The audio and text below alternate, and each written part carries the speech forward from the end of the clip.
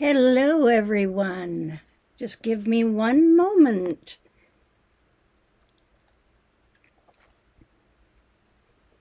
Just give me a second here.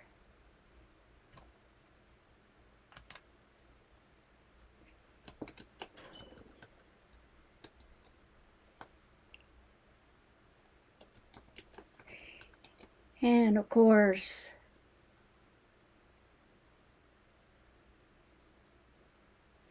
okay, I am here. I'm just getting a couple of things set up here, so just give me a second here. Okay, I see we are live. Okay, I just have my camera set here to the desk. Hey everyone, how's it going? I have Terry, Mary Jane, Nancy Gus, Kim Burris. Hello everyone, great to see you. I am working today on the block that I was working on last time, but I wanted to show you a couple of little tricks that you may find helpful.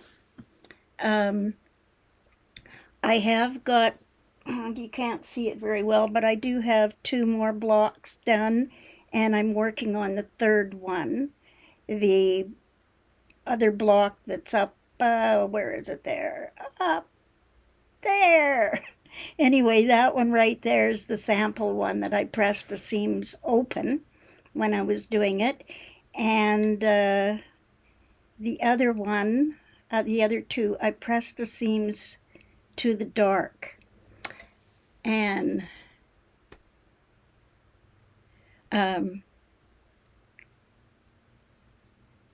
Nancy Gus, I thought I was on last night. On Yvette's? We didn't see you there, not unless you were hiding in the background.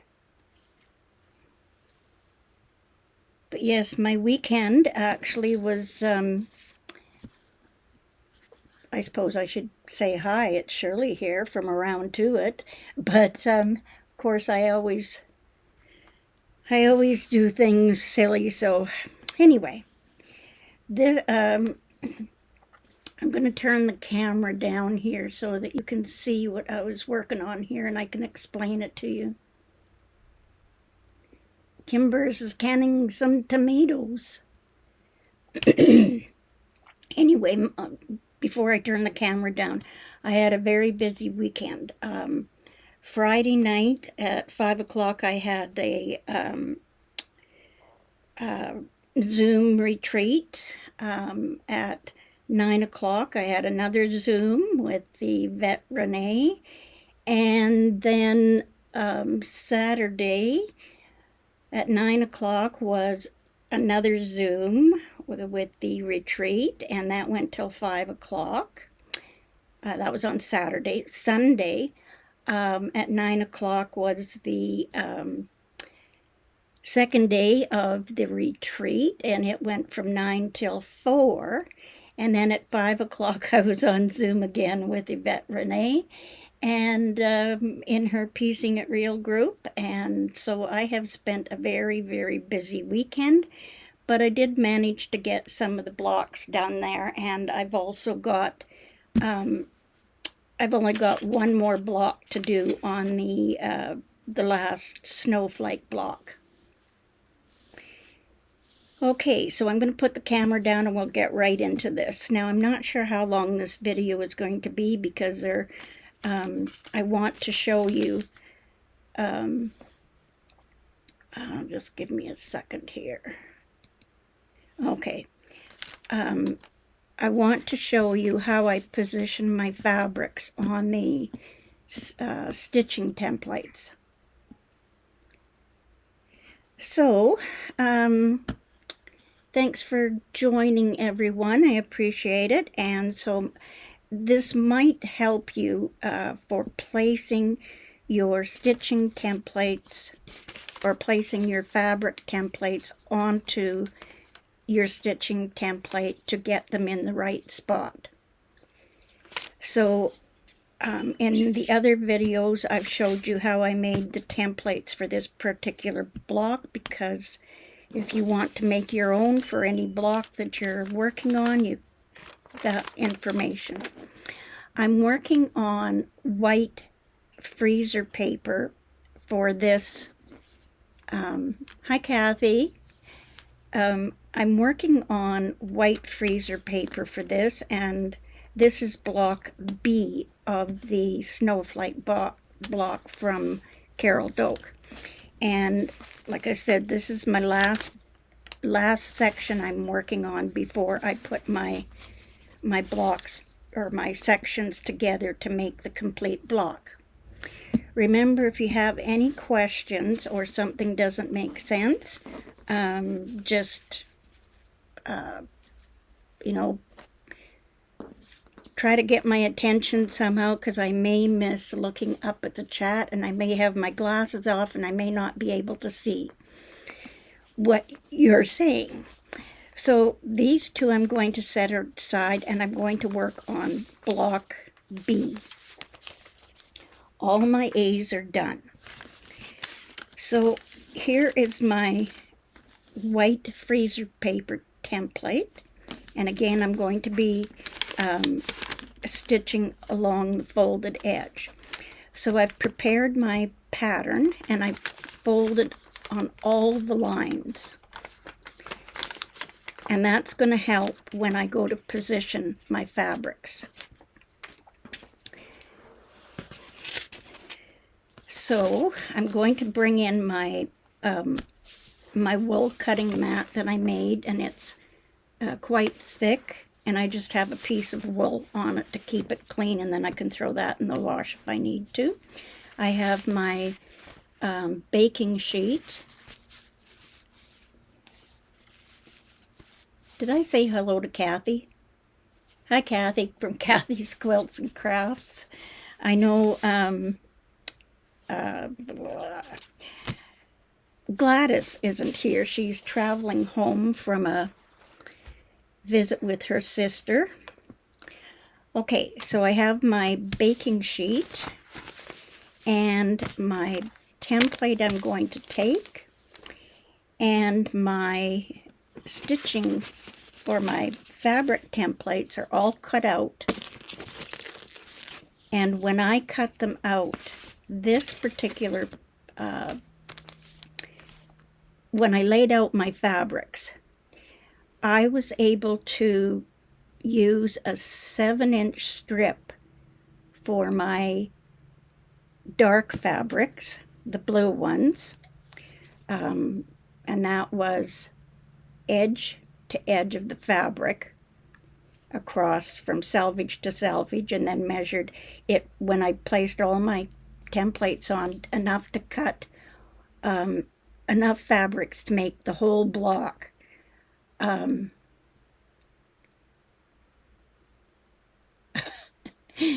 So Terry says she spent all afternoon figuring out the puzzle mystery quilt from Cotton Cuts. She thinks she's cracked the code. Oh, good for you. So anyway, the piece of fabric that I used to cut out all my blue fabrics from selvage to selvage, I measured the piece and it was 7 inches. For the white fabrics, when I laid all my template pieces out enough to cut all the fabrics for the one block, I believe it was about 6.5, 7 inches, in around there. So I know for one block, if I'm going to make this again, I know that if I want to make more blocks, I can figure on 7 inches of fabric for my dark and about 7 inches for my light fabrics. And then I'll just multiply that by the number of blocks I want. So now the first piece is B1. If you don't have a light box, if you don't have, you know, you don't want to hold it up to the light or whatever. Here is my trick for placing my fabric pieces. Here's my B1, and here's my B1.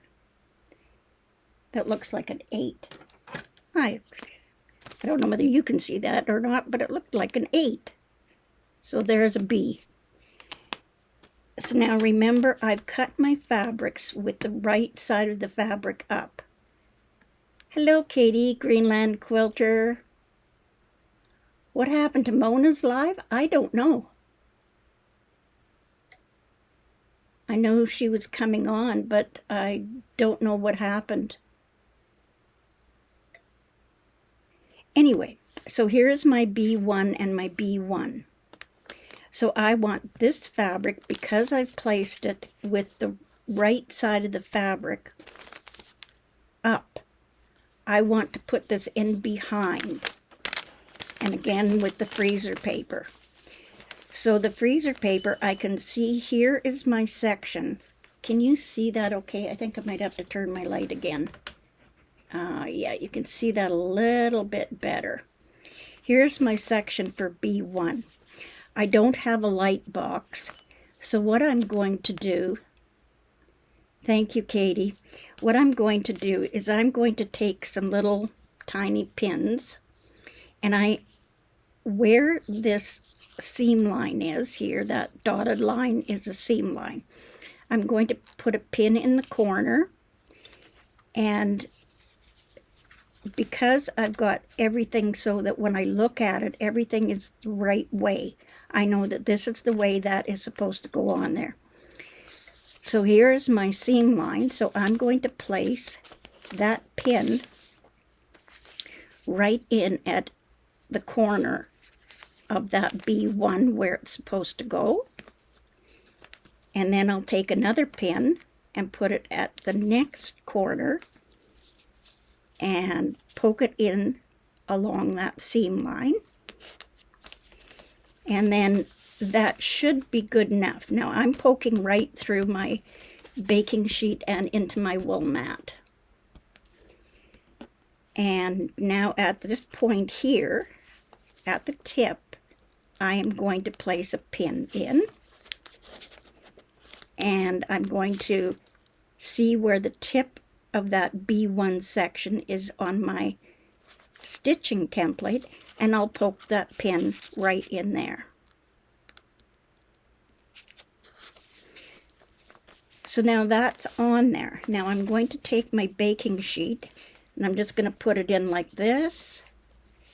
And because this is freezer paper, I can now just press with this little mini iron, the real mini Dritz iron.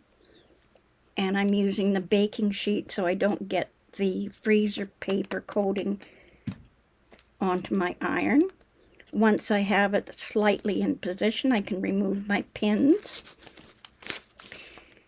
And then I'm just going to give it a light press just to hold it there so it's not going to go anywhere. And I can now remove my fabric template. I can remove that and now place my baking sheet back over top and just press that fabric on there. And remember, I said if you press on the freezer paper side, not on the fabric side, you'll get a better bond. I'm using a new piece of freezer paper. So now that first piece is on, and then we have to go to our next section, which is B2. But first of all, I have to trim my seam to 1/4 of an inch. So I'm going to flip it over and find B2. Now when I look at this and put it in the right position, B2 is facing me and B2 is facing me this way. So I'll set that off to the side and fold along the line between B1 and B2.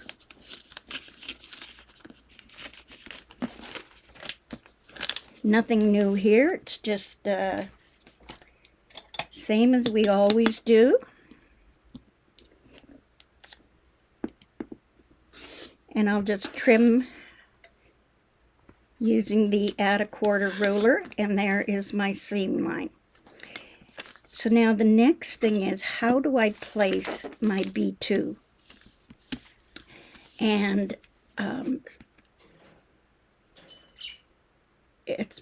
Nancy says it's been slow going since her hospital stay. Yes, Nancy was in the hospital for a while, and hopefully she's doing better. So now how do I place that? I know it has to go on the wrong side, so I'm going to flip it over. And I'm going to flip this over. I can see, and I don't know whether you can see it, but here's my B2. I can see the lines. So now how do I get this placed on? Right side of my fabric is up because that's the way I cut my fabric template. So I'm going to peel that off and it goes right there. Now what most of you will do is, this is the right side, this is the right side. We're going to put right sides together. Now what most of you will do is take it, bring it towards you, and hold it up to the light. But here is a trick that I use. Now, on all the pieces are different sizes, different shapes, but that is not too important. It's placing that on where you need to stitch it so it's in the right place and you have enough fabric to cover that. So you could take it to the light box or whatever and see if that fits. I have a little piece of, this is template plastic, and it's got 1/4 inch grids on it. Now that I just found at, I believe it was Staples, and it's just gridded template plastic and it's thin. So now if you place that on, and because I can see through this, if you place the 1/4 inch mark right there along the cut edge of the fabric where those two pieces meet, and fold this back, now I can't see that it's covering that piece. I can guess, and then when I held it up to the light, I still couldn't see if that piece was going to cover. So how do you know that that's exactly where you want it to be? So I'm going to take this. I've lined up my cut edges. Now I want you to take your paper, bring it towards you, and flip it over. I have my B2 fabric on the back, and I can see where it's supposed to go. Now there are little lines here, but all I'm concerned about is B2 section. I am just going to take a pin right at that B2 point, right here. I'm going to poke a pin in. And I still have the 1/4 inch here, and that is right on the seam line. Does that make sense to everybody? I don't know whether you can see that very well or not, but I poked my pin in right there. I can still see the 1/4 inch seam on the edge of my paper. Hi, guess who, Nancy? Hello there. Great to see you. Okay, so now I've placed that in there. Now all you have to do is flip it over. Now I can see my cut edge here and my cut edge here. Now if I took something and measured there, it's a 1/4 inch from that cut edge, but it's almost over a 1/2 inch on this cut edge. So that tells me I have to move my piece over. So I'm going to take out my pin, and I'm going to take my white piece and I'm going to move it over to the left. And then I'm going to do that again. Bring this up, find my pin that dropped, and right at that point there, poke my pin in again. Now I can see, I'm going to put something dark underneath there, hopefully. Just give me a second here so you can see it.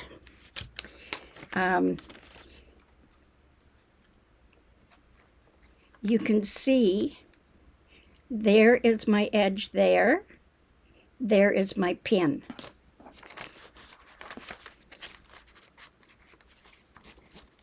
There is my cut edge there. There is my pin. Now when I measure, I can see I have almost 3/8 of an inch from my pin on this side and almost 3/8 of an inch from the pin on that side. I now know exactly that that is going to be in the right place when I flip this over and stitch. And again, I'm stitching right along the folded edge of the paper. So I'll put a clip in, if I can figure out where I put my clips. I had tons of them. Here's one. If I was doing chain piecing, I would do that for each section that I was doing, and then just take that to the sewing machine and stitch right along the line. So now at this point, I'm going to start stitching right here. At this point here, I'm going to do a little back stitch because this is my B2 section.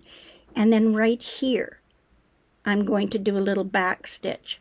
That way my seams are not going to come apart. Hello, Charlotte Vila. Is it Vila or Via? I'm not sure. Great to see you. Okay, so that tells me where I need to back stitch because I can see it there, and back stitch there. If I was stitching through the paper, I would have to now fold this back, take that to my sewing machine, and start stitching here, back stitch, and then stop right here and back stitch. But because I'm not sewing through the paper and I can reuse my freezer paper, I don't have to worry about where I'm back stitching along here. So now I'm just going to switch the camera if it works out. Okay, that's me. I don't want me. You want to see the sewing machine. Oh, that looks funny, doesn't it? Okay, there's the sewing machine. Now, okay, there we go. Just in case I forget to switch cameras, you should be able to see me at the sewing machine and at the desk. Yeah, thank you, Charlotte. Okay, so now I'm going to take this to the sewing machine, and actually I will switch to the close-up. Now that does look a little funny, but anyway, so now I am going to lower my presser foot, and again I'm using my little stitch in the ditch foot. That looks kind of light. Sorry about that. Oh, there, now maybe it's focusing. Okay, so with my stitch in the ditch foot, I've lowered my presser foot. Once I lower my presser foot, my feed dogs go down. And when I lower my needle, if you have a manual that you have to lower your needle, you can lower it. And my machine actually, the presser foot pops up, but the feed dogs are down.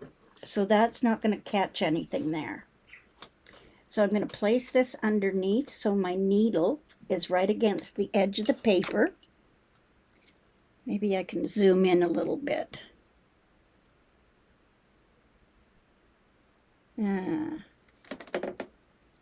Trying to get a close up here. Anyway, the needle is against the edge of the paper, and it's going to butt up right here. And I am using a 2.0 stitch length because I'm not tearing the paper out. So I can just use a 2.0 stitch length, and I'm going to start stitching. And when I see my needle get to that point where that B2 is, I can just do a couple of back stitches, come forward, and then right here is the end of the B2, so I will back stitch right there. And I'm just running that guide along there. And then I can just stitch right off the end. And again, today my machine is not playing nice with the thread cutter, so I'll clip my threads.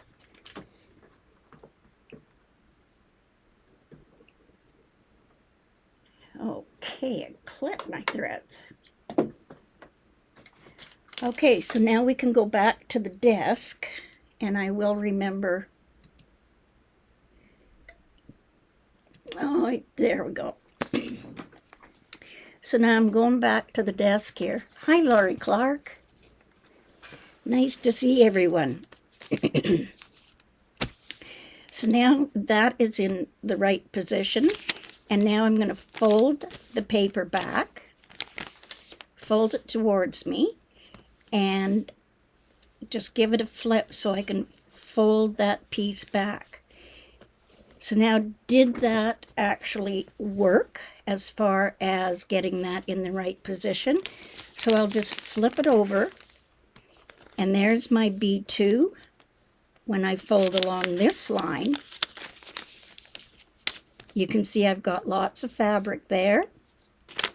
And when I fold along the next one, you can see I have lots of fabric there. So that's positioned perfectly, and I haven't shorted myself on the B2 section because B3 is over there. So now, like I said, I pressed my seams to the dark side. So what I'm going to do is, because it's freezer paper, I'm just going to release this a little bit and then flip my seam underneath. I'll put my piece of baking sheet back on there. 5.5 pints if tomatoes are all done. Oh, canning. I used to do a lot of that, but I don't anymore. Don't have a garden. Oh, used to can peaches too. Pears, plums, everything. Okay, so this is kind of hard to see. I like to use the dark paper, but for this demonstration I wanted you to be able to see the lines, and hopefully you can see them. So now we're going to go on to section 3, and I know that section 3 is the next one because I have them all in order and pre-cut. So we're just going to flip this over, and again I'll show you B3. You fold that along the line between B1 and B3, and I'll just release that freezer paper and trim my seam to 1/4 inch, and using this. Now you're going to have to tell me if you want me to complete this whole block or just go through the points of where I'm doing this. Okay, Katie asks, can a person use regular paper piecing paper instead of freezer paper to do this? Yes. The only thing is you will have to use a glue stick or something like that or pins to make sure your papers or your pieces stay in position. And the reason I will explain why I use the freezer paper is because I don't have to use pins.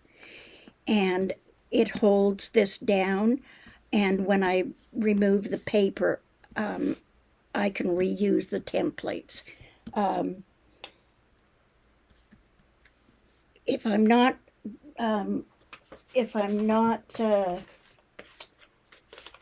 clear on that, it's because when I take my templates off, I can reuse them. And these are, I have made 3 blocks, 3 of the sections, 3 whole blocks from just 4 of these B sections. So, and I can still use them again.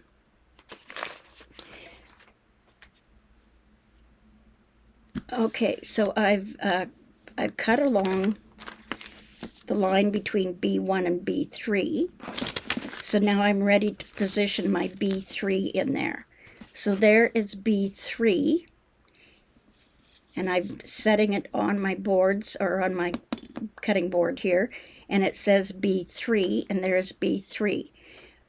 Flip it over, and now B3 I can see is right there, and my template goes right there, and it fits in together like a puzzle.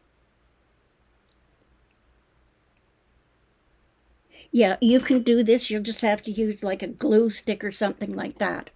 I have tried it with just regular paper, but I did find that the glue stick didn't come off the back of my fabric. That's one of the reasons why I use freezer paper. Yeah, and I know freezer paper is very expensive. You just have to be very careful where you buy it. Okay, so now B3 is in the exact position. So now I'm just going to remove the paper. And the fabric is right side up, so I know I just have to place it down on here. Now I'll bring back this in, just so that you can see. I'm lining up the cut edges right sides together. And now I don't know if that's in the right spot. So again, I will just line up those cut edges, give it a turn, hold it, bring it towards me, flip it over. I can now see that B3 is right there, but I can't see if it's going to fit or if I've got it positioned in the right place. So all I'm going to do is pick it up, and here is B3, and there's the point right there that I want to see. It's right where the seam, the 1/4 inch seam line is there, and I am working with this finished area in here. So I'm going to take my pin again, and I'm going to poke it in right there. I don't know whether you can see that or not, but now I'm going to flip it over. And actually, if you look here, I'll put this underneath. I have it positioned in the right spot. Cut edges aligned there. If I take my little, or even a ruler, I can see I have 3/8 of an inch on this side and more than 1/4 of an inch on that side. So I know my piece is placed in there exactly where I want it to be.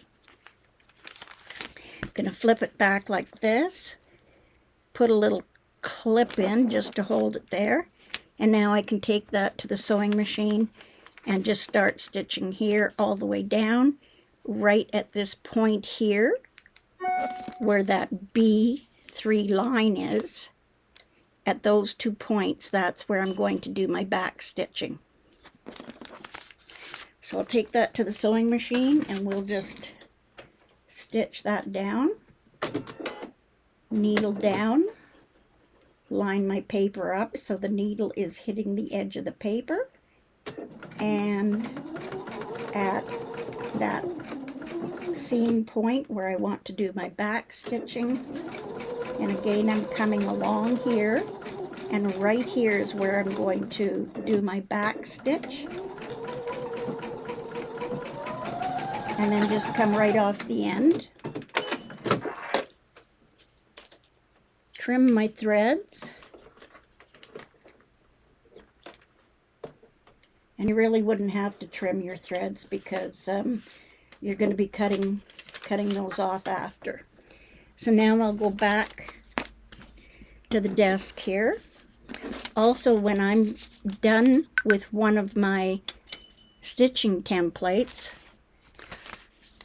this one is dark, B1 was dark, so I'll put that in a pile.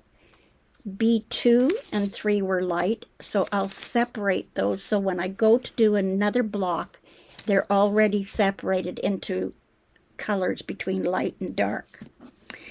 Okay, so now we need to press that seam. And did I answer your question, Katie, about that, about using regular paper? Yes, Kim, it is a very pretty block. It is a free pattern, and I believe I have the link listed in the description below the video. Okay, so there is my 3. I'm going to fold it and just give it a light little finger press. And remember, I want my seams to go towards the dark fabric. You don't have to. It's just I wanted to experiment to see if the amount of bulk. The first one I pressed my seams open because I'm using freezer paper. If you're using regular paper, you won't be able to do this next thing about pressing it one way or the other, or pressing your seams open. The freezer paper allows me that I can press them open or whichever way I want. So I decided I'm pressing my fabrics towards the dark side. So I'll just take and just put my fingers underneath and just fold that seam to the underside, and just take my baking sheet, and now I can press that into the finished position. And then just to be sure, I'll just press this. Now I don't know whether you can see it, but you can see now, hopefully you can see this, that here's my B3 section, and here is the B3 fabric that I put on there. And I can see right there that I have lots of fabric because when I did my templates, I allowed 3/8 of an inch. Thank you very much, Kathy. Okay, so now we're going to go on to B4. As I work along, and when I get to section B5, you'll see another way to help you make sure that you've got enough fabric, because we want enough on the sides. So now we're going to go on to B4, and I know where I am because there's my B4. It's the next in the pile, and I have put them in order. So I'll just release that off of there. Make sure I've got that folded along that line. And just trim my 1/4 of an inch. And now we need to add B4. So remember, this is the right side of the freezer paper. This is the right side of the finished block. I've made my template with the right side of the fabric up. So when I place that down, I can see here's my B4. This should go right here. I'll just release that freezer paper. And now I can just flip this over. Line that up where I think it should be. And I can see the blue fabric underneath here, but don't go by that, because this is not, it's not your regular piecing. So I've got my cut edges lined up. I'm going to flip it towards me, bring it towards me. I can see, here's my B4 lines, and here's the point I want to put my pin in. So I'll just take and put my pin in there, flip it over, and you can see that that edge, and I don't have two of these pieces, but you can see on here that I have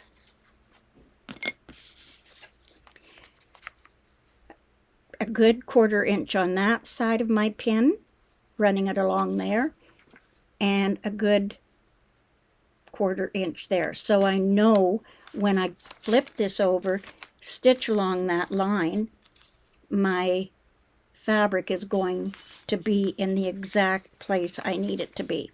So I'm just going to take that to the sewing machine, and as long as my camera doesn't heat up too much, we'll be able to just keep doing this throughout the whole thing. Again, I know where I can see where I want to do my back stitches. I'll just do 1 or 2 back stitches. It doesn't need any more than that. And I'm back stitching at those points.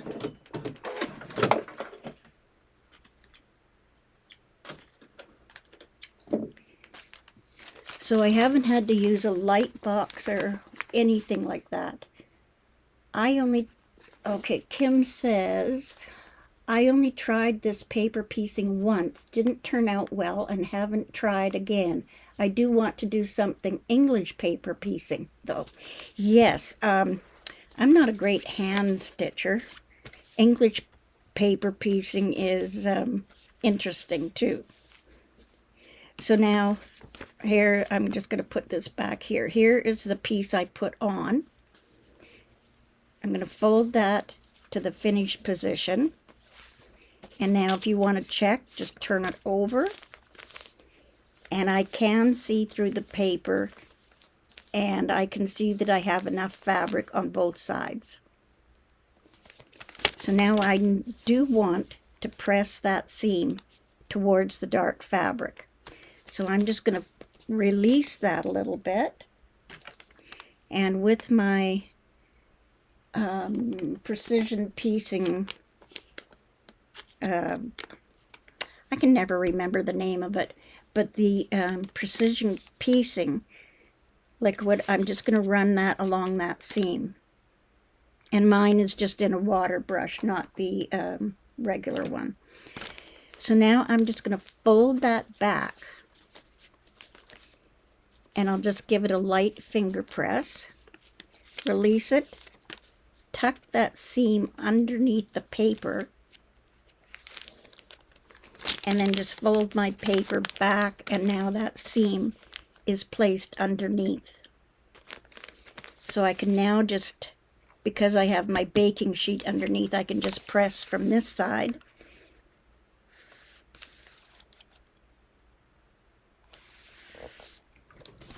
And that's now in position, so I can go on to the next section, which is B5.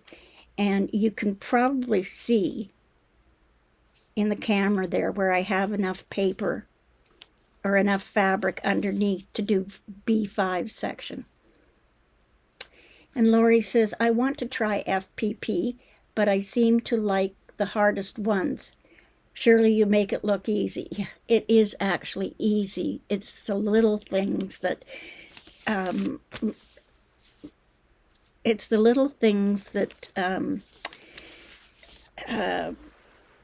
the tips and tricks that I've found by doing this, that, you know, how do I line up my papers? How do I cut my fabrics? And I'm not wasting any fabric. Like these are my cutoffs from doing the three blocks, well, almost 4 blocks. And I mean, I don't mind wasting any of this because I put it into dog beds or whatever. cat beds. Cat beds better because they don't dig at the beds as much. Okay, so now we're going to go on to section 5, and I may speed this up a little bit. Tell me to stop if I'm going too fast. So now folding along the line where I want B5. And again, my fabric, because I'm using freezer paper, just going to release that. And this is a new piece of freezer paper, and that's why it's sticking quite well. So make sure I've got that folded. Use my 1/4 at a 1/4 ruler. It's 3 o'clock. And my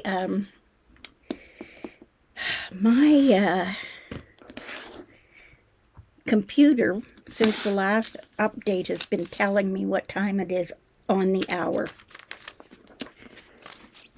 And I don't know how to stop it from doing that. So if you hear somebody saying what time it is, it's my computer. Okay, here is the section I need to cover now. I've made my template. Doesn't look right, but when I flip it over and put it underneath, and if I flip it this way, it's in the right position. Right side of the fabric is up, right side of the fabric is up. So I'm just going to take the template off, turn it to the right side, and now again, how do I know that I've got that in the right position? Don't go by the seam allowance like you do when you're lining up half square triangles and everything. That I found does not work. And probably if you cut your fabrics different than I do, you probably will find that that's not going to help you at all. So on this one, I can see through. I'll move this here. I can see through. Now if I took my little piece of template plastic with the 1/4 inch, I can line that up along here, fold this back, but now, am I sure? I can't see that I have enough on all sides because the paper's underneath. I can't see the paper, but do I have enough? And again, we're going to do the same thing we did before. Line up our cut edges, bring it towards you, keeping those cut edges lined up. I can see now, here's my B5 section. If I take my pin and put it at the tip of that B5 section and check in here. Now, I can see my pin is coming out right here. And if I measure here, ooh, that's a 1/4 inch on this side, but it's a 1/2 inch on that side. So I know I need to move my fabric to the right. So I'll take that pin out, move my fabric slightly to the right, flip it over, and again put my pin right at that point. And I can see now where that pin, I'll butt this up here, I have a 1/4 inch there, and I have more than a 1/4 inch from that pin on this side. So I am going to move this just a little bit more to the left this time. And just see if I can get that position a little better.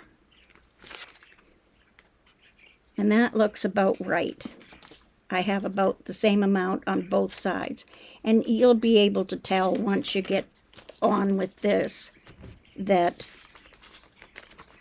you'll be able to tell where your pin is and if it's in the right spot. So now I'm just going to take that to the sewing machine and stitch that seam.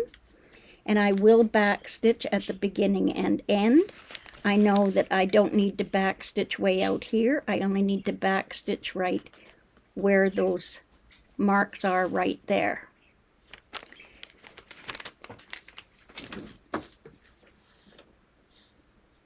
So needle down, line it up so that my little guide is right along the edge of the paper, and start stitching.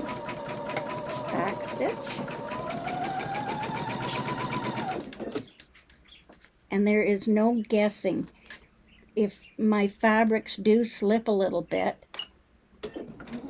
because I'm not stitching through the paper, I can see if my fabric piece has shifted at all.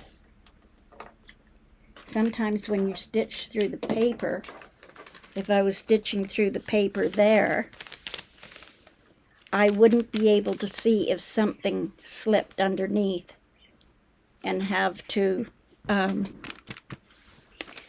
rip out a seam. And Kimbra says, hate to go, but I must. My eyes are getting blurry. Have a wonderful, blessed day. Thank you very much, Kim, for joining, and have a great evening. Okay, so now we're going to press this. And we're going to press it to the dark side. Dark side is already up there. And now I can see my point right there is just beautiful. And I'll press that to the right side, and I need my baking sheet. And I need my other baking sheet underneath. So now I'll just press that into the finished position. And then I should have checked on the back first, but take that off, flip it over, and I have actually on here, this is the first time I've used this stitching template, so I have extra paper there, but I can see that my fabric is coming right to the edge, so I know it's in the right place. I will have enough to cut off to square up my block at the end. Okay, now we're going to do B6.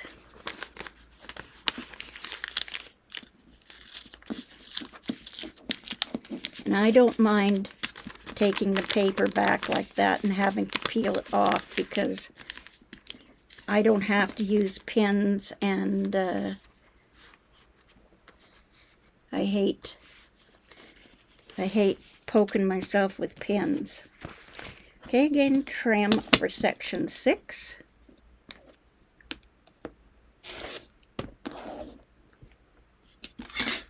Fold it back. I'm going to place it in the position so I can read everything. Take my B6, and my B6, I can read the B6. I can read the B6, so I know when I flip this over, put it on the back, it's going to be exactly where it's supposed to go, and I've got the right angle against the cut edge of the fabric. Remove my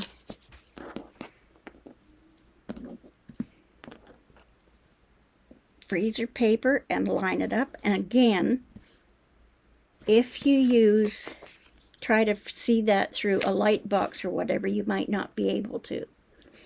So I've got my paper line, or my 1/4 inch lined up against the cut edge, and I can see where, when I fold this back, I can see where I have enough fabric, because I have a little extra white paper here. I can see that that's going to give me enough to trim off. But it doesn't tell me if I've got enough on this side. So I'm going to put that back, move it over just a little bit to my left, bring it towards me, and again the same thing for B6. This is my B6 section here. I'll put a pin right at that point, and that is positioned pretty much where I want it to be. When I line this up, I have about 3/8 of an inch on that side and 3/8 of an inch or more on that side, so I know it's going to be in the right spot. So I'll just remove my pin, and I can just take this to my sewing machine and stitch that seam down. And I think I forgot to trim that. Let's see.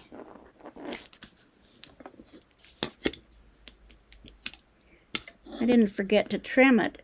My ruler wasn't lined up right along the edge of that paper to trim, and it didn't look right. So again, I'll take this back. If I ever forget, I can just take my piece, put it back on top, and know that I've still got it in the right position. And you know, when I printed this template out, I didn't measure to see if it was the right size.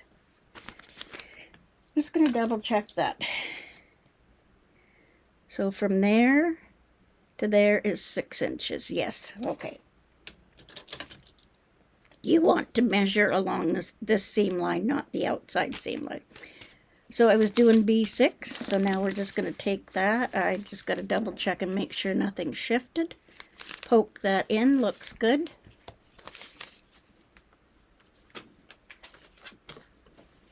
And my machine was set up, so now I just need to do this.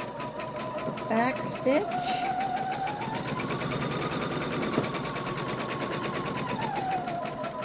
Back stitch. And trim my threads. Like I said, I wouldn't have to trim my threads, it's just a habit, because they're going to get cut off when I trim the block anyway. So now I want to press to the dark side, so press to the dark side. Points are coming out beautifully. Put this on just so I don't get my iron on the freezer paper on the plastic coated side. And there we have that section in. Next section is B7, and I know that because that's the next piece in the line. And fold along between B2, 3, and B7. I think one of the reasons why I like the FPP is for the accuracy, and also sometimes we get tired of making, you know, CHURN dash, you know, blocks like that. We just want something different because each one of these sections is a different shape rather than our regular one. So now here is B7. B7, put it in behind, flip it,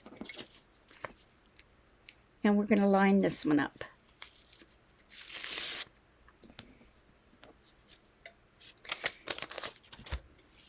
So just take it and turn it right sides together, position it on there, and again bring it forward. There is B7. Take the pin and put it in. Check on this side, and I can see where I have lots on that side and lots on that side.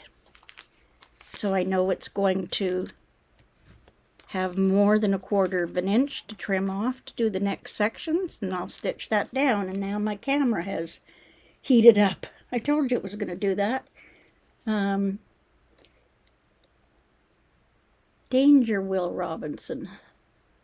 Okay, I'm just going to stitch that down, and I'm going to let my camera cool off for a bit. It has a tendency to overheat. So off camera here you won't see me stitching this, but just the same as what I did. Now, do you have to backstitch? No, you don't. Yeah, I know you're seeing something funny in the sewing machine view. And okay, now we're back to pressing.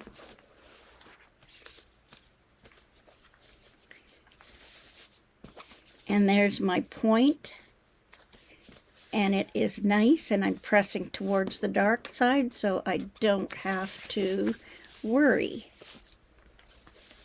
that if I'm going to be pressing my seams in the opposite direction. They want to go away from you, and if you're stitching through the paper, you'll only have one option. Okay, so now we're going to go on to B8. Now that is a very odd shape, which is that. There's B8 there. So that is the way it's going to look when I have it this way. When I turn it this way, it's going to be in the right position. So let's trim along B8.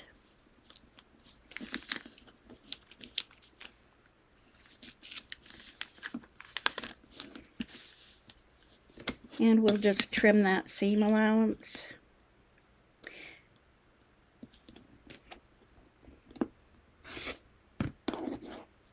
I always think like I should be showing more or explaining more. Sometimes I think I'm not explaining myself very well. So, okay, B8 section, we're going to flip it over. Here's where my B8 section goes. And I did not trim off these very pointy ends on my fabric template. I left them on just in case. So now again, that's where it goes. I'm going to release the freezer paper. Place it right sides together. And now here is a perfect example of is it in the right place. And now I'll do the same thing. Bring it forward. Here is my B8 section, and this is where I want to put my pin. And I'll just poke my pin in there, and from this side I will check and see if I've got enough on this side of my pin and that side of my pin. You could use a ruler or whatever you wanted. That's about 3/8 of an inch. And that's about 3/8 of an inch. So I know I'm ready to stitch that down, and I won't short myself on fabric. Let's see if the phone is cooled off enough. Okay, so back to the sewing machine. Now I do have a bit of fabric sticking out there, but I'm not going to worry about that. Needle down. Line up my line, and now I know that I don't have to backstitch until this point right here. And that's where I'm going to backstitch. Come forward. Here's my B8 section underneath, and this is where I'm going to backstitch. I won't backstitch at the very end.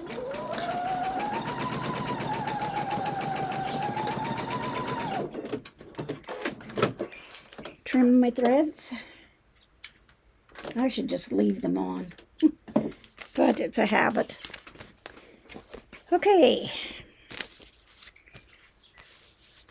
So now that again I want to fold that back. I'm just going to switch the camera off. I want to fold this towards the dark side. And if you can see here, that's where it's supposed to go. I have fabric beyond the cut edge of the paper. I'm not shorting myself. And here, oh, that thread's bugging me, sorry. Gotta trim it off. Okay, so now there it is in that position. And now I'm just going to take my fingers and just pinch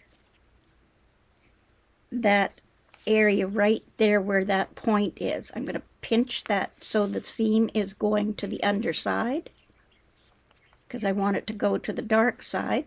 And I'm just going to press my fingers along that seam line, put them back into position so it's underneath the seam is that way, and just press that down.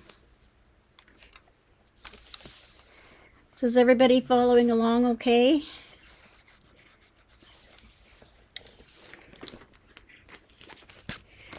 So now there is my point. Now if I look at that, I've got enough fabric on this side, and when I go to do the next section, well actually B10 is where I'm most concerned about, but I can see right underneath there that I do have enough fabric. So now we're going to go on to section B9. You think so? Is there a test? There might be. You never know. I'm a little quirky that way. As long as you're following along, and hopefully some of this will help you if you decide to do paper piecing, or if you've done paper piecing and had to use a light box or whatever. So now I'm working on B9. Let's put B9 so I can see it. There's my B9 there. We have to fold.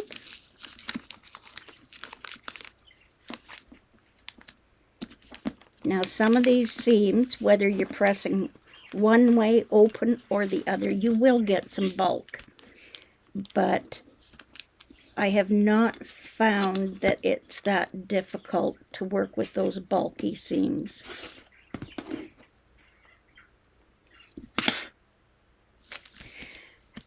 Okay, so now I'm going to flip this. Should do it this way, and then I won't lose track. B9 goes underneath. Flip it back. So if you do paper piecing, have you found that you had to use a light box when you were lining up the pieces, or do you just cut your pieces big enough? How do you do your paper piecing? Might not be a test, Lori, but we'll ask a question. And I'm just going to go on and do each section here. I can see I'm not quite lined up there. So I need to move this way. So I'll move it a little bit that way. Test again. And that looks pretty good to me. I can see I've got a little bit more than 1/4 of an inch, and I've got lots there. So I know I can stitch this. Come on. There we go.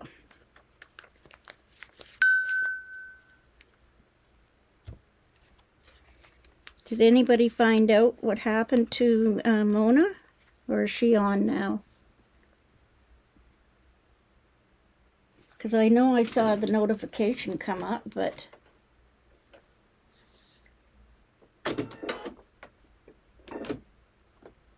get lined up here. So here is right where I'm going to be doing my back stitching, and right here.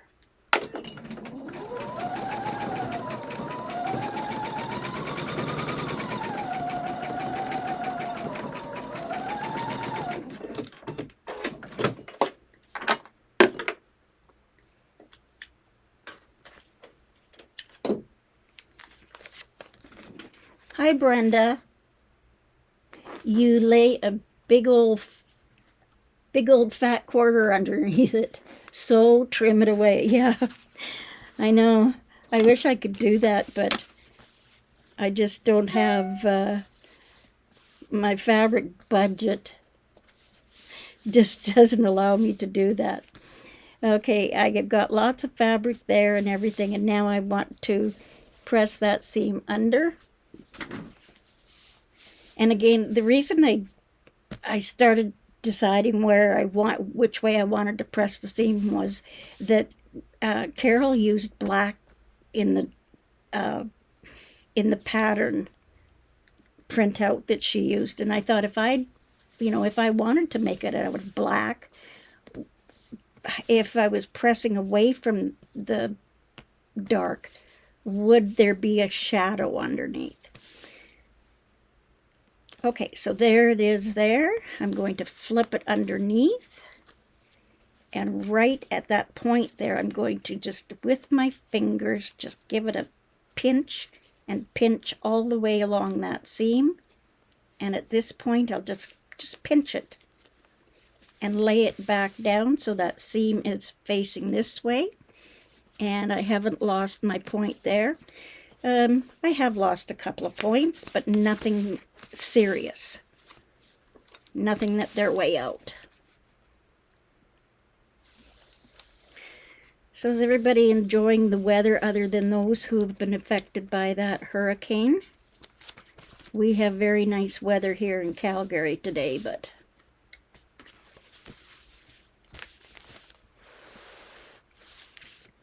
I hope none of you were affected, or friends or family. Okay, I'm working on now B10. So I'm going to fold it along the line there. Release my paper so I can trim my seam.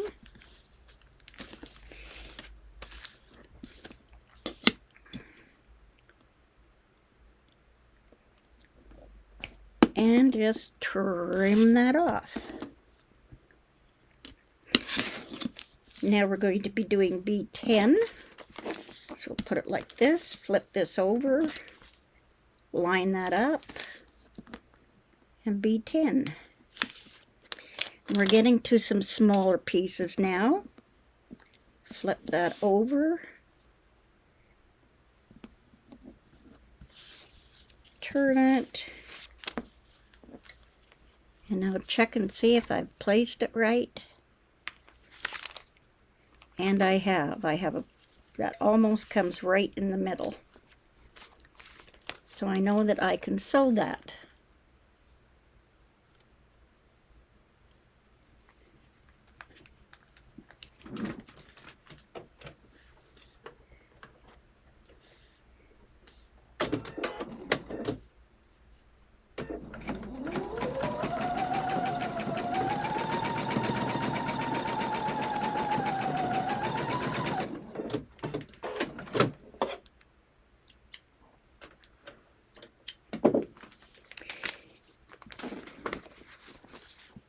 And my birthday is coming up on November the 4th. So we'll have to plan something special for that.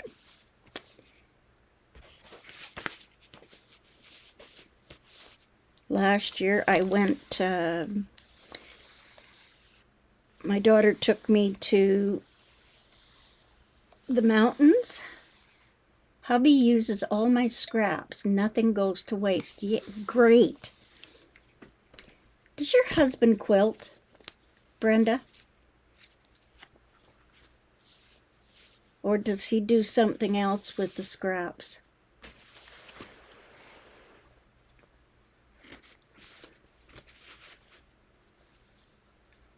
Oh, Laura, yours is the 10th of November. Awesome. Well, we'll have to celebrate together. Okay, I was doing B10. I pressed it to the dark side. Now I can go on to B11. Now B11 is a very odd shape, and it's little. So anyway, come back on the 4th, Lori, and we'll celebrate. So there is B11. I'm going to fold that back along that line. And again, trim 1/4 of an inch. So does everybody do FPP, or are you just learning? So here's my B11, there's B11. I turn it this way, put it in there like that, flip it over, and remove the paper again. Oh, awesome. My husband would never quilt. When he was alive, he was into cattle, so So there's my B11. Now I have to check and make sure that I've got that positioned right. And so here's my B11 section. Now, if I peek underneath, I can see, with this in the finished position like this, I can see a little bit of fabric over here. But I don't know what's beyond here. I could fold that back, and there's lots there I can see, but I want to be sure that I'm not shorting this end. So there's my B11. So I'll take my pin again, poke it in there, and see if I have too much on one end. And I think I could move it up just a little tiny bit. So I'll remove that pin and just move it up just slightly. Poke my pin in there again. And that looks better. Looks even on both edges. So I'll just stitch that up again on this one.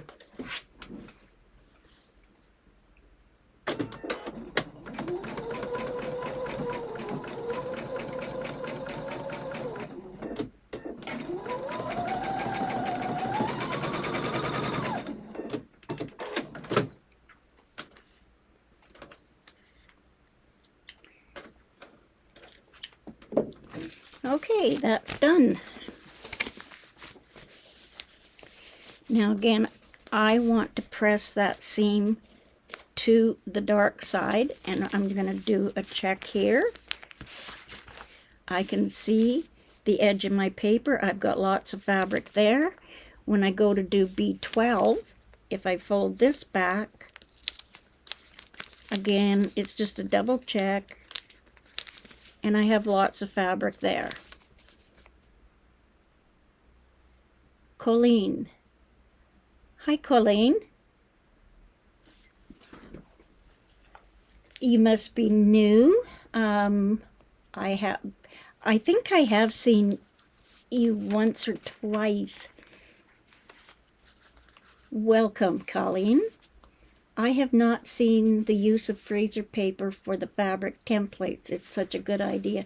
Yeah, I was able to cut out enough fabrics for to make this whole 12.5-inch block, and I didn't waste any fabric hardly at all.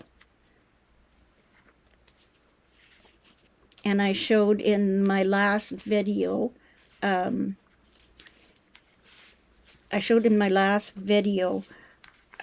how to make your own templates.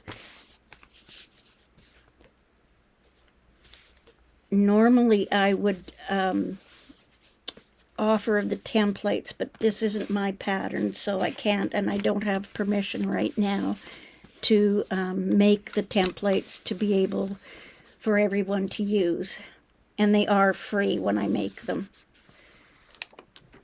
And I post them below the video. Oh, the other thing was, I did see where some people are, they don't know to click on when they go into my channel. If you look, you'll see an option, videos, home, or whatever like that.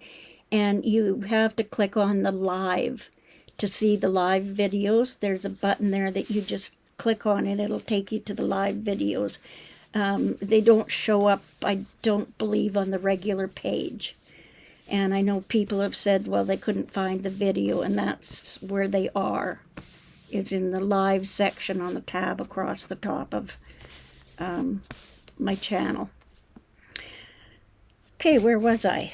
I was on B11. I'm now going to go to B12. And here is my piece. I have to trim first.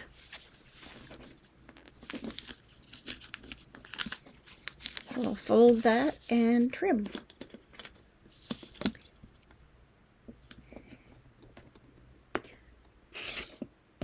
I don't have a lot of fabrics to play with, so that's why I do my cutting like this because I can't, I do not prefer to cut out like a big hunk of fabric and place it on. My budget doesn't allow me to do that. So anyway, now we're working on B12. I've trimmed it, and now here's this template. So I'm going to flip it, put it underneath, line it up, and back we go. And again, this is an odd shaped piece. So we're going to see if we can line it up properly using the method I'm showing you. Put right sides together. We're just going to take a guess. We've got it on there. Now we're going to flip it. And here is my B12 section. I can see B13 over here, but I want to put my pin right at that point right there. Flip it over, and now I'm working with white on white fabric here, so I can see where I can come this way a little bit because I have excess fabric here. If I put this underneath the two fabrics, you can see where my pin is coming out here. I have way too much fabric over here. I've got enough here, but this is too much over here, so I'm going to move it to the left. So I'll just take that piece, move it to the left a little bit, bring it forward, put my pin in again, and now I can see where I still can go that way a little bit.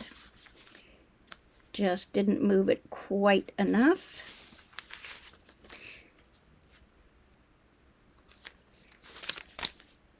And now that looks pretty good. If I take I've got lots on that side and I've got lots on that side, so that should be good. Odd shaped pieces are hard to line up sometimes.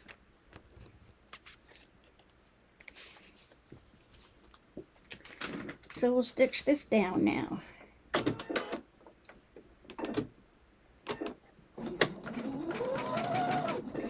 Now this is a big long piece.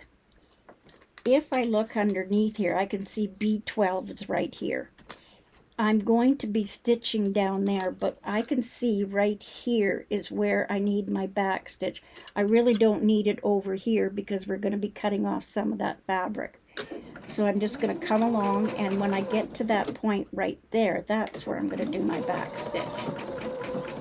That's the most important part, and the same thing right here. There's my B12, so I'm going to back stitch right there. Now, and again, you don't have to back stitch because just like regular piecing, you're sewing over that seam. But I've just got freezer paper template, save on waste. Yes. And once I get this folded, I'll just explain why with this particular pattern. Any templates, it doesn't have to be freezer paper. I just prefer the freezer paper because when I place my fabric template down, it sticks to the fabric and then I don't lose that little piece of fabric. And you could glue that on, but it would be on the right side of the fabric the way I'm doing it. But I will show you in just 1 second here. I'm going to fold this to the dark side.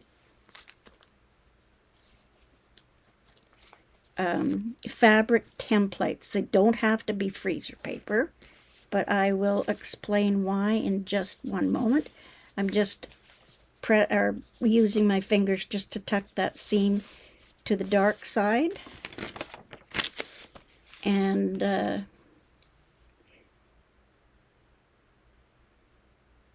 oh, Colleen, yeah, thank you for following me.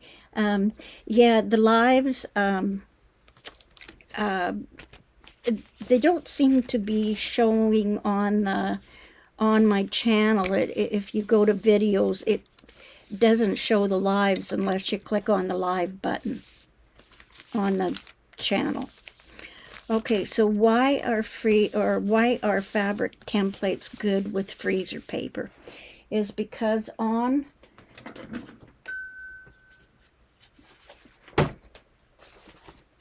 here is we'll use this one here,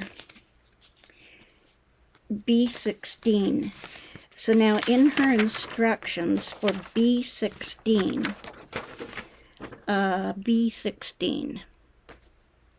here's B16. For B, it tells you to cut a piece of fabric 1 1/4 by 3 1/4. So here is my B16. If I cut it 1 3/4, there is my 1 3/4. And it says to cut it 3 1/4. Oh, sorry, that's, what is it? She says 1 1/4 by 3 1/4.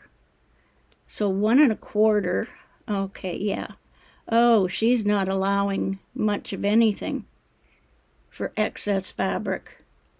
But 3 1/4, 3 1/4 comes right to there. She's not really, but anyway, 1 1/4, you would be cutting a rectangle 1 1/4 by 3 1/4. So if you go down, all the way down, you would have a rectangle of fabric. So when you put that on, you're going to be cutting off this top portion, which is a triangle. You're also going to be cutting off this section. So this is waist and this is waist. So I'm going to take, and with my other B template, just give me a second to find it here. I have them here someplace. Where's my B templates?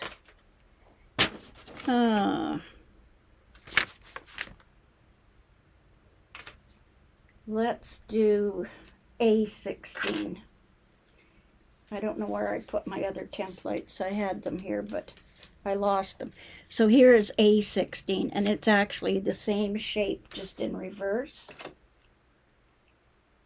And here's the other A template. So I cut out 4 of these. So now we're going to take this and just set it to the side. So what she's telling you to cut out is 1 1/4 by 3 1/4. That's for one piece. That's B. Let's go to A. Where's, okay, A16, I changed the pattern, so A and B, section 17 or whatever. But when you place this down, you can see if she tells me to cut something. If I place my 2 fabric templates together like this and cut out along there, I'm not wasting, whoops, move this over. So if I place those 2 templates there, like this, and I cut my fabric for those 2 pieces in that shape, I am only using a piece of fabric, one piece of fabric that is, get the right size, about 1 1/4 by, measuring from tip to tip, 7 inches. And I don't waste any fabric because I'm not cutting off in 2 places, if that makes sense. And I should have, when I cut out my my fabric pieces. I should have taken a picture of how I'd had them laid out. I am not sure on this particular pattern if it gives you, it doesn't, I don't recall seeing if she gave us amount of fabric to make this particular block that she has done, unless it's okay, yardage, borders, top and bottom, binding strips. Yardage to make this quilt for the white and blue, including border and binding, is 2 3/4 yards of white and 3 1/2 yards of blue. So I measured out that my blue fabric, I needed 7 inches selvage to selvage. So there are 1, 2, 3, 4, 5, 6, 7, 8, 9. So there's 9 blocks in here. One block took me 7 inches. She said you need 3 1/2 yards of blue. Okay, including the border and binding. So 7 times 1, 2, 3, 4, 5, 6, 7, 8, 9. 9 times 7 is what, 56? So I would need 56 inches of the blue. That that to me is quite a bit less. Even the borders are going to be 3 1/2. You need 2 of those. So that's another 7 inches. And another, 3 1/2 and 3 1/2 is 7 because you need 2. And top and bottom is 3 1/2, and that's by width of fabric. So you need 2 of those, so that's another 7 inches. Binding, cut 5 strips, 2 1/2 by 40, so 5 times 2 1/2 is 10, we'll say 12. Yeah, 5 times 2 1/2. 5 times 2.5. 10, 12. Well, we'll add 15 inches for that. So when I add that up, so 56 plus 14 is 70? 70. Plus 15 is 85 inches of fabric. Okay, Charlotte's saying 63. Good, you're better at math than I am. So, yeah, that's 7, but I need another 7 for the whatever. So 56 and 14 is 70, 85 inches. 36 and 36 is 72. So 72 inches, 3 times 36, yeah, there's quite a bit of difference, because if I take 3 1/2 yards, 3 times 36 is 18, it's 108 inches, and I'm saying 72 plus the difference, 13, I'm saying about 2 1/2 yards, but that's to make the whole quilt. So there is quite a difference between what they're allowing, because they are cutting it, like I said, and having waist. They're cutting a rectangle, which you've got waist here and waist here, and when you cut them, hopefully that makes sense. Does it make sense? And you can see where, yes, you're going to have all these cutoffs that you're going to have in a pile, wasted. Does that make sense to anybody? Unless you actually see it laid out you can see where it uses much less fabric. And even with straight of grain, like on B16 or whatever, your B16 is going to be on the straight of grain even if you place it like this. And you've got another one offset like that. Hopefully that makes sense. Have I convinced you, Lori? Okay. So now we'll get back to this. I don't want B16. I'm just going to shut my camera off here for a minute and I'll just work over here. So now I'm going to go on to B13.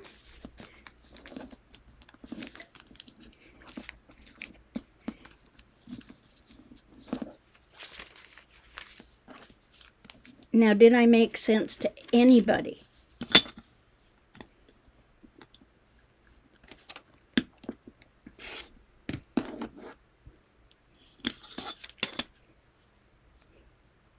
Kathy says, I'm sorry, Shirley, I have to run. Have a great rest of your day, everyone. Bye-bye. Bye, Kathy. Probably see you tomorrow on your channel. Okay, so there's B13. So I'm going to take B13 and B13 goes this way and this way. Flip it over. It's in the right position, and it's this side of this triangle that I need to use.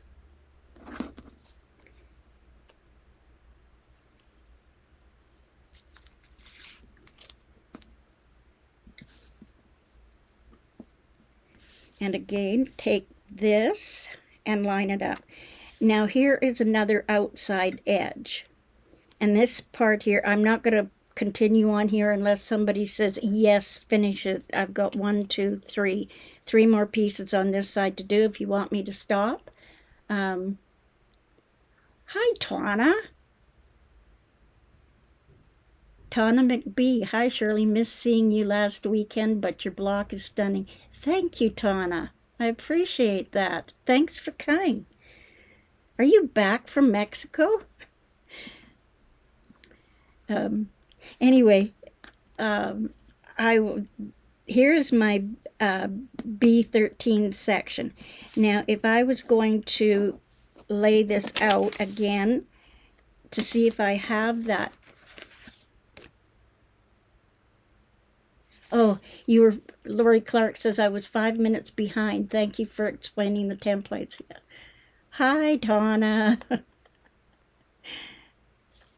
Anyway, so now I'm going to place this little ruler that I have, and I'm going to place it right on there. So when I fold my piece back, when I fold it back, I can see that I've covered my paper. But do I have enough on each side that I'm not going to short myself? So again, I'll fold it back like that. Bring this forward. And I can see, there's my blue fabric. It's hard to see. And again, once you get fabric on and you try to hold it up, it's very hard to see with all those lines on there. So again, to make sure that I have placed that in the right position, I'm just going to see my B13 section, take my pin, and put it right at this point right here. And here I can see where I have, with the fabric in that position, I can see where I have almost a 1/2 inch there and almost a 1/2 inch there. And that is now in the right place, and I'm not going to short myself. So let's turn this over, take my pin out, stitch that up, and verify that I am correct in what I'm telling you.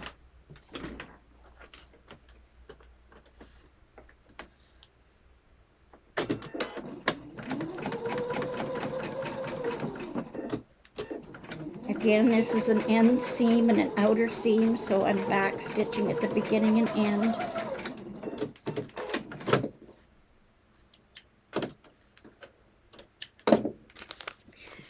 So there it is. I'm going to press to the dark side. Press that down. Now there is no matching points here. There is a gap.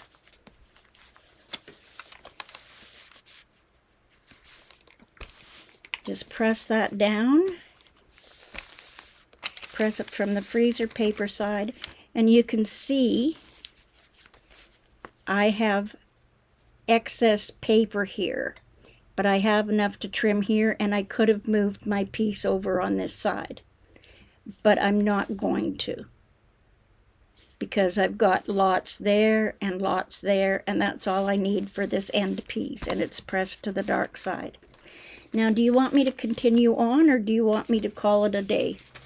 Because the rest of it is exactly the same, other than I did combine these two pieces here. So I'm just going to take a sip of coffee. So let me know what you want to do. If you want me to do 14, 15, 16, just let me know.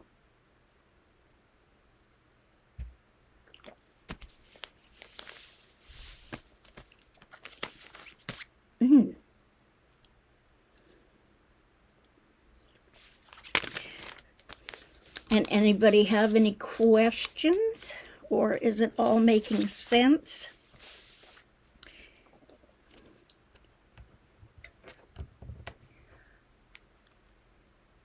Okay, you're still here, Lori. Okay. Well, let's go ahead, and I won't do as much babbling. I'll just keep going on for these last three pieces. So let's get to it. 14 I'm working on now. So I'll trim. 14 is an easy one.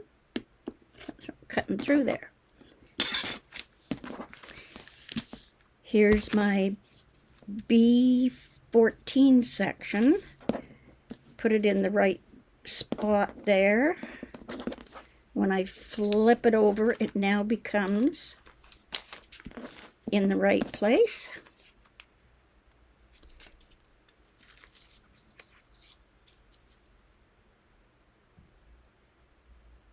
And Tana says, Lori Clark, take it from me. Shirley's way of doing FPP is the easiest ever.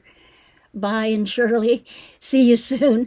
Thanks, Tana, for coming in and giving me such a nice compliment.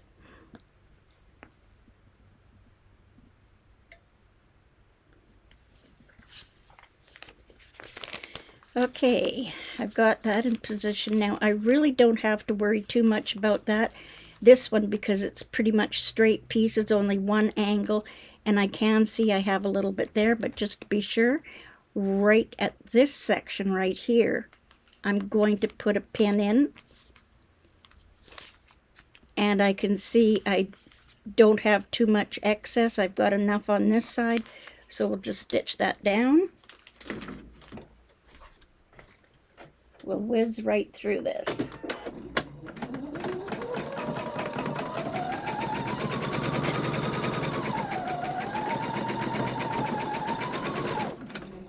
And my camera wasn't on. Sorry about that.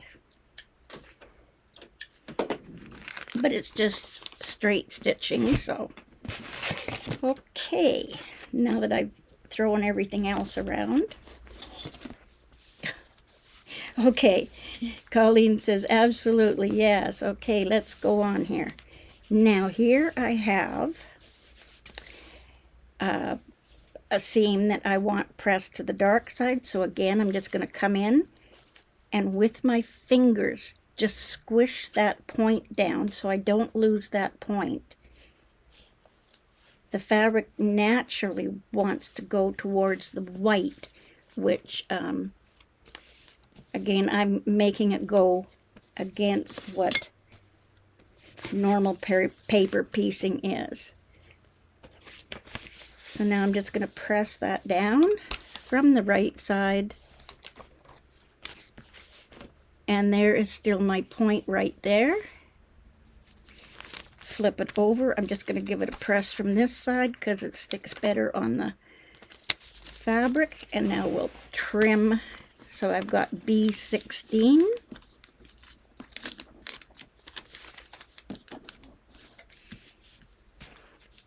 And we will trim that to 1/4 of an inch.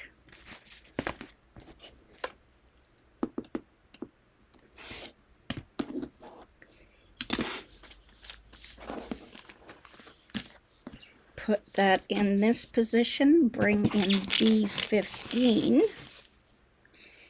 B15 looks like that's like that, that's like that. It's 4 o'clock. It's 4 o'clock. Thank you very much. Reminder. So now that goes in behind B15. So that's in behind and it's in the right orientation so I don't get mixed up and put the wrong angle on there. Freezer paper has static. So now there it is in there. Flip it over. I suppose I should. Let's see if I can just move over here for you. So there it is. Now I can see that I have excess on this side. So that's okay. Now just make sure that it's in that position. So now if I put a pin there, whoa, I lost my pin. Okay, we'll grab another one. So put a pin in there, that's B15. Now if I wanted to check, I could put a pin right there, but I can see underneath I have excess, but we'll do the pin technique and just put a pin right at that tip. When I flip it over, I can see that my pin is here. I have lots of fabric here, lots of fabric on both sides of the pin, so I know I have all the fabric I need and I won't short myself. Is 6 here? Okay. Thanks, Laurie. Yeah, you're in the east. East? North? No, yeah. North, south, east. I think you're in Ontario, aren't you, Laurie? Ontario, Canada. Would you like to see me sew this? There we are. Okay.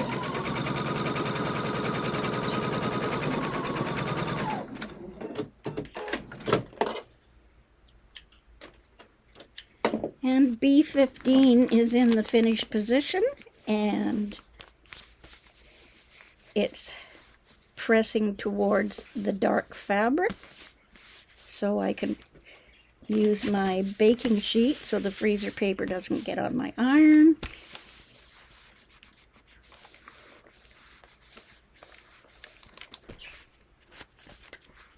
And take it off. And now just to double check if I've got enough for B16, I will check this side has fabric. Fold along B16 between B15 and B16, and no matter what I do, yeah. So there I have lots to trim away, and that's where I'm going to trim. And like I said, on the pattern itself, on this particular pattern, the stitching templates, she has used B template will have B16 and 17 on it. And when I checked on the A template, or the A stitching one, there was no 16. It goes 15 and 16. So what I did was I compared 16 and 17. I combined those and they were exactly the same size. The way she is telling you to put this, Colleen says, I have to go. My Zoom exercise class is in 20 minutes. Have fun, Colleen. And Lana. Hello, Lana. It's very good to see you. And Lori Clark is in Ontario, north of Toronto. Great. Good night, Colleen. Thank you very much for coming. I hope you've found this interesting. And Lana, we haven't seen you for quite a while. So as you can see, B16 is missing from section A. So I just combined 16 and 17 to make it into one 16, and I eliminated section 17. But the way she's telling you to put these together, she's telling you to put the two pieces together, A and B, like this, and then put this last section on. But I eliminated that. Yeah, I think it is Lana. Yeah, if you want to watch replays and everything, just go to the channel and click on the live button, because I have been doing live videos. I haven't been pre-recording videos. Okay, back to where we were. Last piece, B16. Did I trim it? Yes, I did. Okay, we're putting our last section on. I'm just going to switch this off. You're going to see my hand again here. Okay, so B16. Now if you look at that, the point is over here and the point is over there, but if I turn it this way, it all lines up, and we put it this way.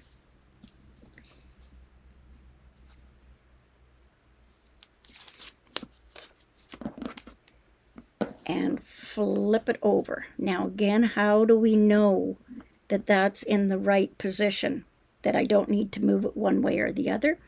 There's one way, and that is to flip it around, and again, use your little 1/4 inch thing. I could use a ruler, but the ruler is too thick. My dad passed away last year. Oh, hi, Mona. Mona did what? And Lana, oh my goodness. Great to have you, Mona.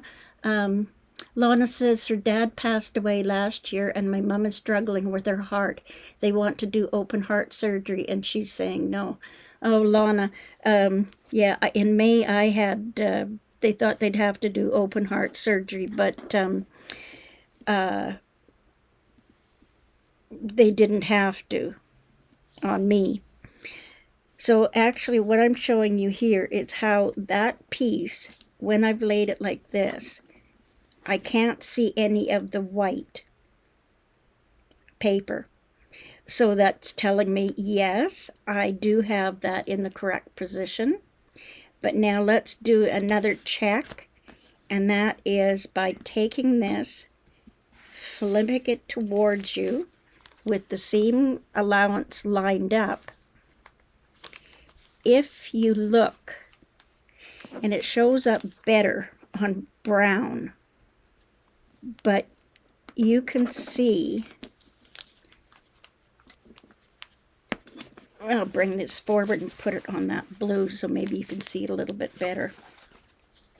If you look in this position on this end, I have lots of fabric here, but I don't have too much right here.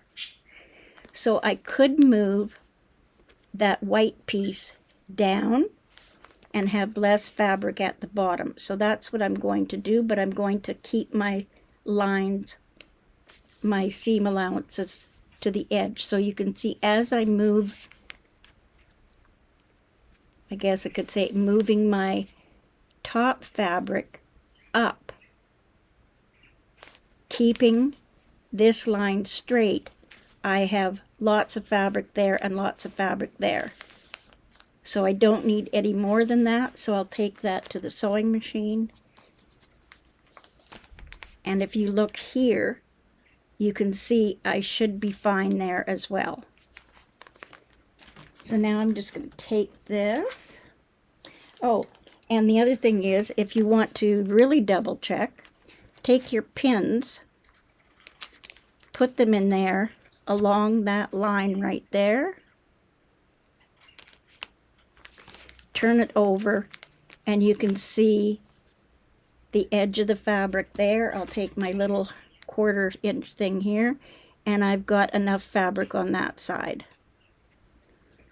So that's just another way to check to make sure that you've got enough fabric. So we'll stitch that down and press it into the finished position, and then we will trim this block up.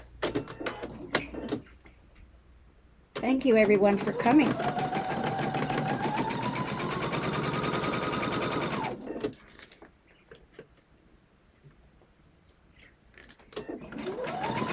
And Mona, I have a question for you.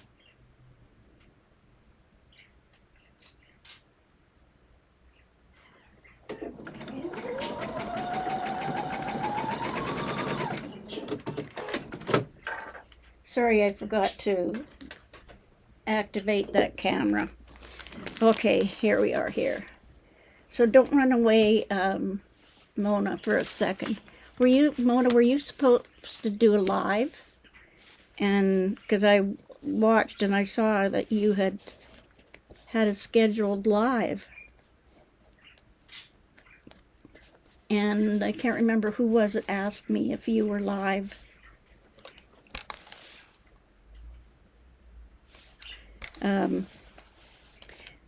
I'm just pressing this towards there, but I want that seam pressed towards the dark.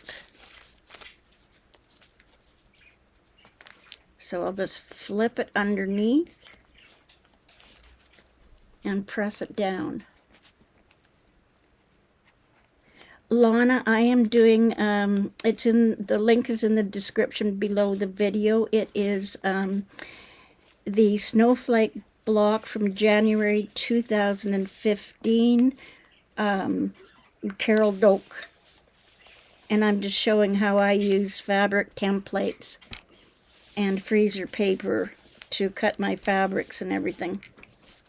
And the block is, oh sorry, you can't see that. Okay, I'm just going to go back to me. There I am. So those are the blocks. They're 12.5 inches finished, but there's actually the blocks go together like this, and then there's 4 of them. Sorry. Just a minute here. Desk. Okay, there's 4 sections to it. I just finished the B block. But here is how it goes together. And then there's 4 of these blocks. So 1, 2, 3, 4. Each one of these is, when you put them together, they measure 6.5 inch unfinished, and the total block when put together is 12.5 inches unfinished. Oh, okay. That's why. Mona says, yes, every Monday at 1. I postponed until 4 today as I had a doctor appointment, ended up canceling. Okay.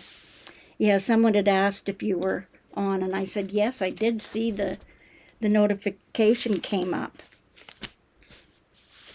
Okay, so I have pressed that. Okay. Thank you, Lana. It's a free pattern, by the way.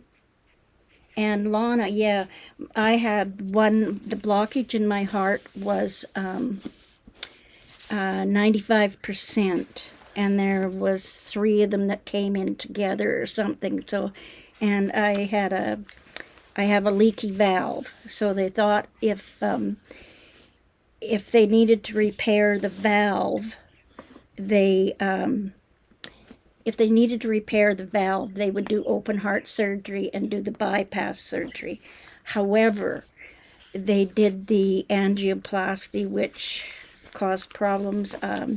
They ruptured the artery during the procedure, and I had to have 2 blood transfusions, and they had the paddles out, let's put it that way. But I survived, I'm here, and it's in the past. So, still kicking. Okay. So now I'm going to take off that sewing machine one, and you're back to me, and now we're going to go to the desk and I'll show you how I trim up this section. And then we'll call it a day. Oh, your mom has a calcified valve.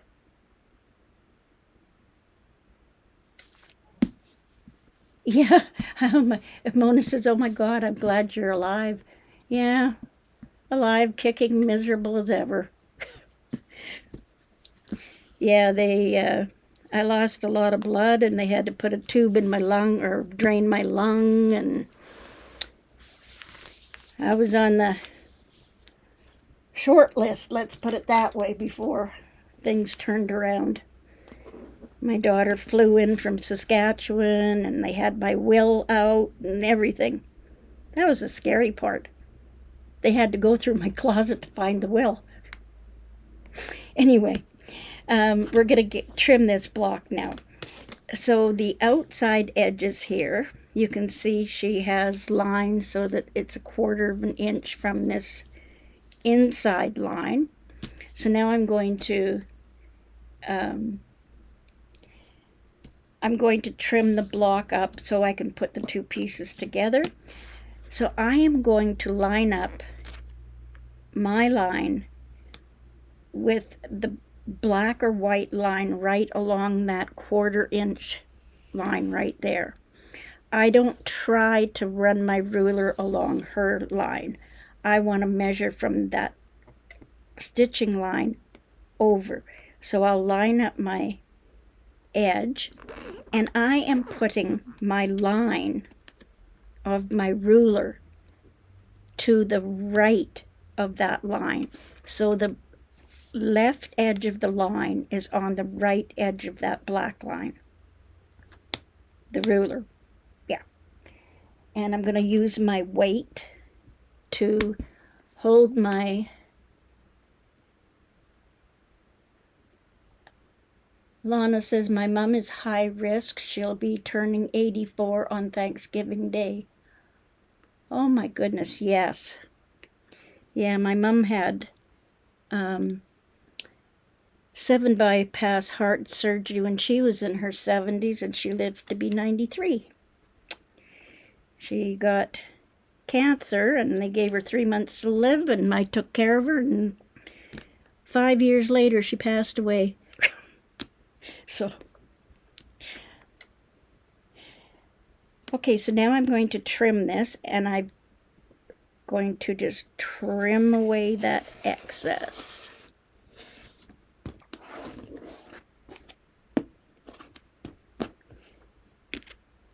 And I'm going to trim on these other ones, the other lines, lining up my line on the ruler with her line, not trying to line my ruler up with that edge. So I'll line that up. And again, the black line on my ruler is lined up. The left side of the black line is lined up to the right side of her black line. Put my weight on again, make sure my ruler hasn't slipped. And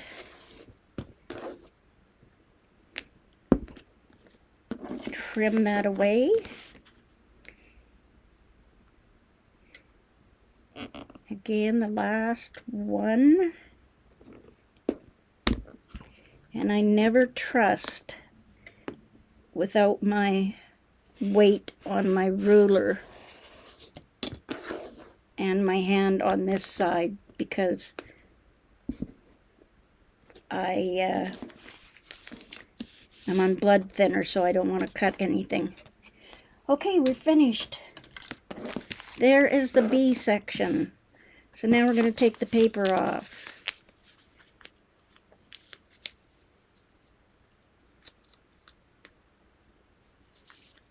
Okay, so Charlotte's asking, Mona, are you okay? Yes, Mona, are you okay? I hope you're still here. I mean, on the channel. Are you still on the channel? In the chat. Oh my goodness.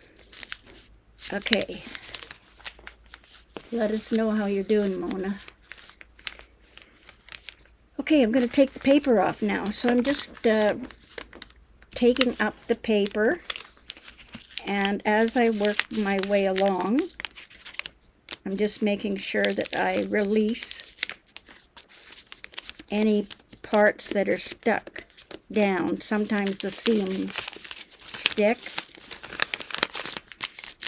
Depending on your fabric, you may get slight fraying. This one's pretty good, and I'm just sliding it underneath there. The paper is off, and there is the finished bead block. You will notice some little, I call them little feather ends there. If those bother you, you can just take and just snip right across, just so they don't get stuck when you're going to sew the pieces together. And I think we will call it a day. Mona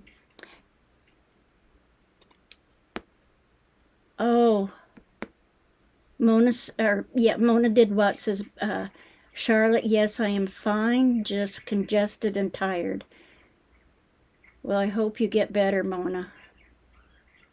And Lana says, where can I find the pattern?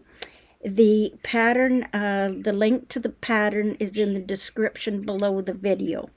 It's on Carol Doak's, it's one of her free patterns. And I just picked one to do with the fabric. I had some snowflake fabric and some tone-on-tone star fabric, and I just put together one block and decided, well, if anybody wants to see how I do it, then we'll be fine. I can do it. Okay, where am I? Me. There I am. So that is as much as I'm going to do today.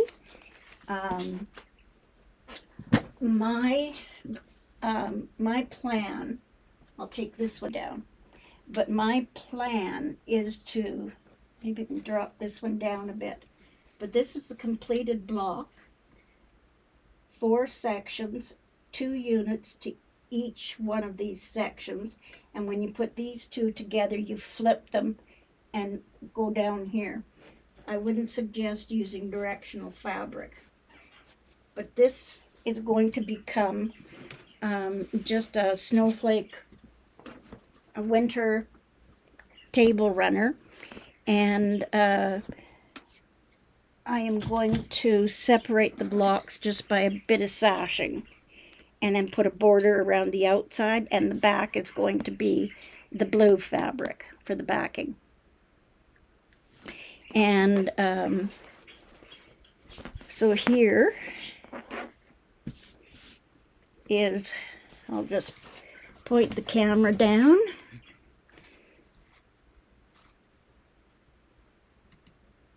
And here is the finished block. It measures 12.5 when put together. So one section. So those 2 together, those 2 together, those 2 together, do it again, turn it, and this is how it goes together. I lost a few points along the way, but I think all in all, it turned out pretty good. This one, like I said, I pressed all my seams open. And that you can do if you use the freezer paper method. So now, oh, thank you, Lana. Thumbs up, everybody. Yes, come on, let's get thumbs up. I guess that's the thing you have to say, eh? So there is the block. I might come back, and when I go to sew up the, stitch up the 2 pieces together to make the one section, when you have to match these up here, these points here. I will probably come back and do a short video where I'll do it without, I won't do it on a live, I'll just do it on a pre-recorded video to show you how I put them together. And there are bulky seams, but the way I match my points and use glue and everything, it comes together quite easily, and I didn't have any problems with the bulky seams, and even feeling it, it's not too bulky. My plan is to straight line quilt, and I'll probably outline these areas here and around here and just do, what do they call it? Echo quilting around these sections and not do an overall quilting design. And I'll do that on my, just on my domestic sewing machine. No, Terry, it's, Terry asked, I love the blue fabric. Is it batik? No, actually it is a Fabricland, fabric from, it's quite thin. It's not overly thick at all. It's just from Fabricland. And I left it's an old fabric. There is just a second. I left the salvage on. It was given to me, so I don't know how old it is, but it says Christmas Flakes, R.E.D. International Textiles, original designs exclusive to Fabricland, and it says Fabricville 100% cotton, number KRX234. I have no idea how old the fabric is. Oh, Lana asked, in the ditch or echo. I'll probably do a very, very narrow echo in the seam area here. Not right in the ditch, but just right along the edge. I think that's what I'll do. Yes, Terry, doesn't it though? And the thing is, like, I had the fabric given to me. My budget doesn't allow for much fabric, but she gave me this fabric, and there's a lot of the Christmas designs. And I'm just gonna switch back to me. But the fabrics, the Christmas fabrics that I've done up there with the table runners, she had given me that fabric as well, and I just added the red and the white to it. But she gave me Christmas fabric, so I'm making a couple of table runners, and I'll probably give that to her. So give her one of those. Okay, any other questions? I hope I haven't bored you to death, and I hope sending prayers to anyone who needs them, and hugs to anyone who wants one, and praying for the victims of the hurricane, and hopefully that next one that was coming through, I haven't heard if it came through or not, but I know there's a lot of devastation in the U.S. And the other thing is, I want to announce that keep November the 4th, which I'm not sure what day it is, but November the 4th or day before, day after, depending on what my family has planned for my birthday this year. So keep that open, and I'll be doing a live, and there'll be some special things on that day. And Lori and I'll celebrate our birthdays. Hers is on November the 10th, so we're going to celebrate together. Oh, Lana says it'll be making landfall tomorrow night. Oh, gosh. Oh, I hate storms in the night. It's one thing to have okay, the 4th is a Monday. Thanks, Terry. So we'll see you on Monday, November the 4th for sure. If not before that, I might come on I'm trying to work it in that I kind of pop in for a bit. I know this video is long, but I'm trying to pop in on Monday around 2:30, 2:15. Monday, Wednesday, and Fridays are the days that if I'm going live, those are the days I will be going live. Probably not every, like Monday, Wednesday, and Friday, but I will be probably once or twice. So, and I hope everybody has a great week, and thanks for joining me. I hope you found this interesting, and remember, November the 4th. Thanks, everyone. Bye-bye. Have a great evening.